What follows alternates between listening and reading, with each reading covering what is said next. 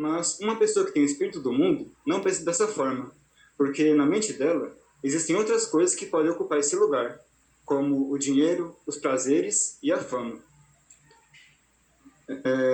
As pessoas... Bem, então qual é o objetivo que fazem elas pensar assim?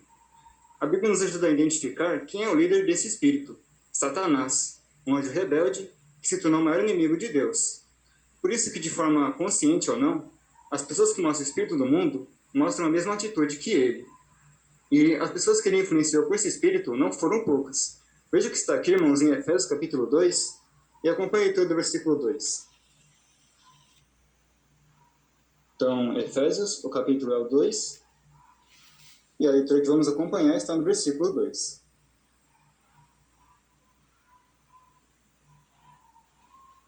Então, se todos acharam, diz assim: nos quais andavam antes segundo o sistema desse mundo, segundo o governante da autoridade do ar, o espírito que agora atua nos filhos da desobediência. Assim como o ar está em toda parte, esse espírito pode ser identificado em praticamente todos os lugares, na escola, no trabalho, na TV e principalmente na internet e redes sociais. O texto mencionou também que ele exerce autoridade. De que maneira? Por dar uma falsa impressão que as coisas que o mundo oferece são melhores do que levar uma vida obedecendo a Deus. Para entendermos melhor esse ponto, observe com atenção a imagem a seguir.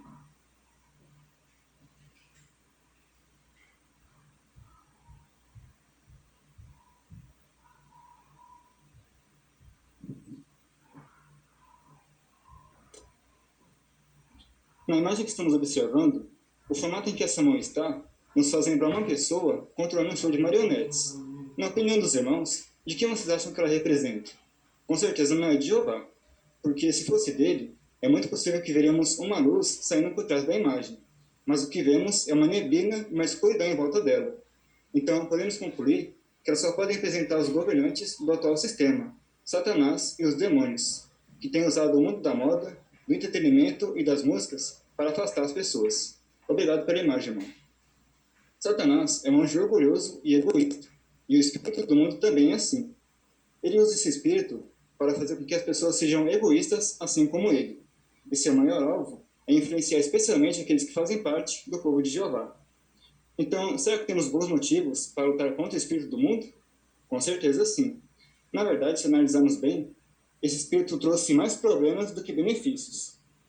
Isso acontece porque Satanás acusou Jeová de não ser um bom governante e que os seus princípios impediriam as pessoas de ter uma vida melhor. Ele havia falado isso para nossos primeiros pais, Adão e Eva. E após aquela rebelião, muitas pessoas também continuaram a pensar daquela mesma forma.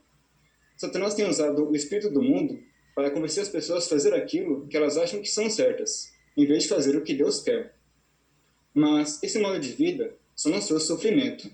Mas podemos dizer que isso não é nenhuma surpresa. Por que não? Porque vejam o que está registrado, irmãos, aqui no livro de Gálatas 6, versículos 7 e 8. Então, mais uma vez repetindo a leitura do versículo, Gálatas capítulo 6, e a leitura é o versículo 7 e 8. Então, Gálatas 6, 7 e 8 diz assim para nós: não se engane, de Deus não se zomba, pois o que a pessoa semear, isso também colherá. Porque aquele que semeia visando a carne, colherá da carne destruição, mas aquele que semeia visando o Espírito, colherá do Espírito vida eterna. Como essas palavras podem ser entendidas de uma forma simples? Se você plantasse um pé de laranja, deveria criar a esperança que fosse crescer uva? Com certeza não, né? Até porque não faria sentido nenhum. Por isso que, quando Adão e Eva, ou qualquer outra pessoa, decide levar uma vida sem orientação de Deus, o resultado não podia ser diferente. Vai acabar em desastre. No entanto, se obedecemos a Jeová, teremos felicidade e uma vida melhor. Isso está de acordo, irmãos, com o que diz aqui no Salmo 32, o verso 8. Vamos acompanhar a leitura. Então, Salmo capítulo é o 32, e a leitura é o verso 8.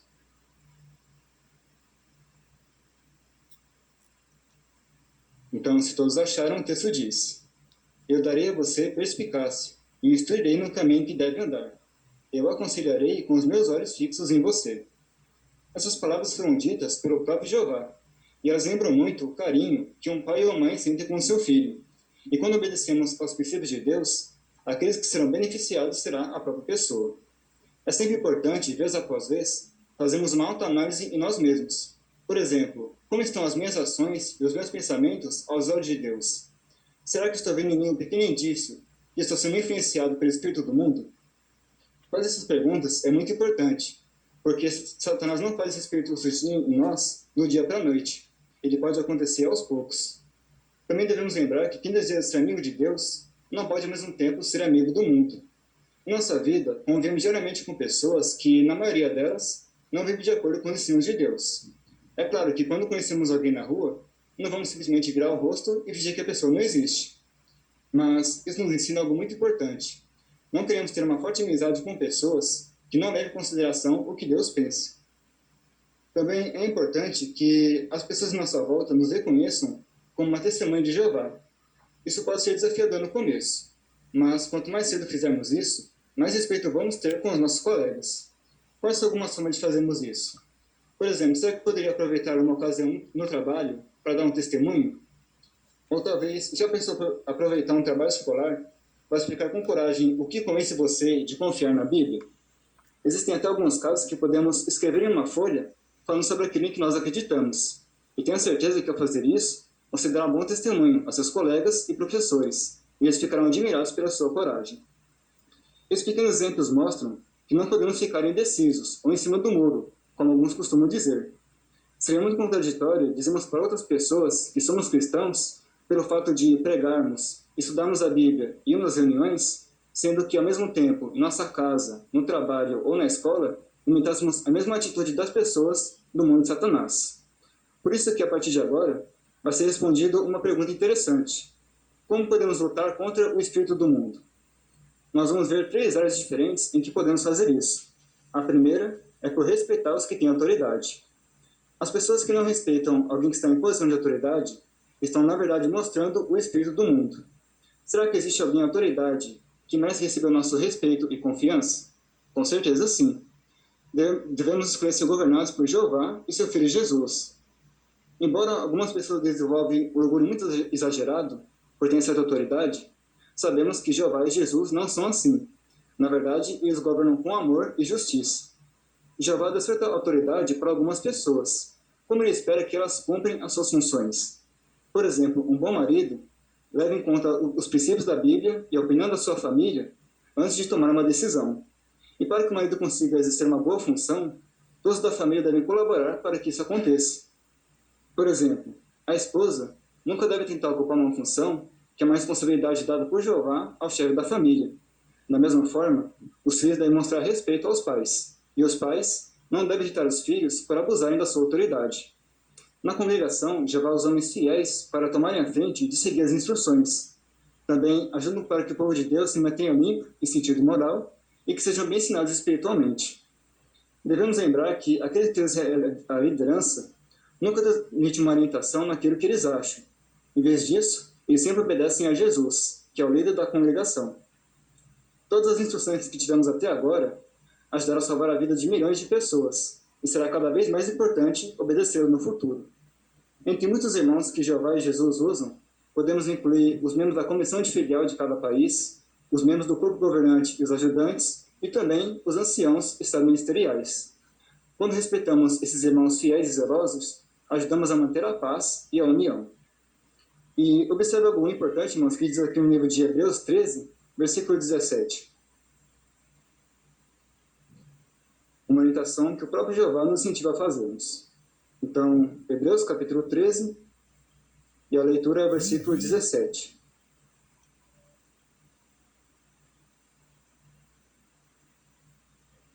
Então, se todos acharam, o texto diz assim para nós: seja obediente aos que exercem liderança entre vocês, e sejam submissos, pois eles vigiam sobre vocês, e prestarão contas disso, para que façam isso com alegria, e não com suspiros, porque isso seria prejudicial a vocês. Bem, como vimos antes, Jeová usa homens de confiança para cuidarem do seu povo. E de acordo com esse texto, o que ele nos incentiva a fazermos? Colaborar com eles. Afinal, o modo como eles cuidam do povo de Deus afeta diretamente a amizade deles com Jeová. E será que a gente pode fazer algumas perguntas? Por exemplo, será que eu dou valor ao trabalho desses irmãos por obedecer e colaborar com eles? Qual é a minha reação quando recebo uma sugestão ou um conselho? Como até o texto mencionou, é importante dar a esses irmãos fazer esse trabalho com alegria e não com suspiros. Uma outra maneira é quando obedecemos às autoridades superiores. Em Romanos 13, versículo 1, menciona que Deus permite que elas existam para nossa proteção. Portanto, esteja disposto a obedecer às autoridades de saúde, de segurança ou do trânsito, a menos que aquilo que eles pedirem for diferente do que as leis de Deus dizem. Uma segunda forma de lutarmos contra o espírito do mundo é por vivermos de acordo com o que Jeová diz que é certo e errado. Jeová registrou na Bíblia que chegaria uma época em que milhares de pessoas do mundo inteiro gostariam de aprender sobre ele e fazer parte do seu povo. Essa época se refere ao ano que começou em 1914 e ela continua até os dias de hoje. Mas ele registrou também que nesse mesmo período, a maioria das pessoas colocariam o amor dos prazeres à frente do amor a Deus. Ou seja, haveria uma inversão de valores. Mas, apesar dos padrões de moral do mundo continuarem piorando, os padrões de Deus continuam sendo os mesmos. E aqueles que obedecem a eles não estão perdendo nada por fazerem isso. Os que se deixam influenciar pelo espírito do mundo fazem questão de decidir sozinhos o que é certo e errado. Vamos mencionar brevemente duas situações. Já perceberam que em muitos filmes ou séries é apresentado o sexo imoral como algo encantador de duas pessoas que se amam? Para uma pessoa que não tem uma mente espiritual, isso realmente pode ser muito comovente. Mas vamos imaginar que esse jovem se torne pai ou aquela jovem se torne mãe. Será que aquele mesmo filme vai mostrar as horas que a pessoa vai passar sem dormir para cuidar da criança, que vai ter que trabalhar em dobro para cuidar dela, ou da infância que deixou para trás, por cuidar dessa responsabilidade mais cedo? É muito provável que não, né? E os jovens, especialmente, devem ter muita coragem para suportar desafios como esse, porque na escola, muitos colegas podem zombar deles, dizendo que eles não são homens ou mulheres de verdade se não estiverem namorando. Mas se isso aconteceu ou acontece no seu caso, não pense que você é um caso, alguém esquisito. Na verdade, isso é um sinal que você está se apegando àquilo que é certo. E Jeová tem muito orgulho quando vê seus servos obedecendo a ele de boa vontade. A segunda situação é sobre as roupas que usamos. Tem sido muito difícil escolher roupas boas hoje em dia, não concordam? Por exemplo, no caso das mulheres, alguns vestidos, shorts ou saias podem ser muito curtos. E no caso dos homens, algumas camisas podem ter fotos que incentivam a violência, ou alguns ternos podem ser muito curtos demais. Por isso, é importante pensar, será que quando vou em uma reunião e na pregação, as roupas que visto ou meu corte de cabelo mostram para outros que sou um verdadeiro cristão?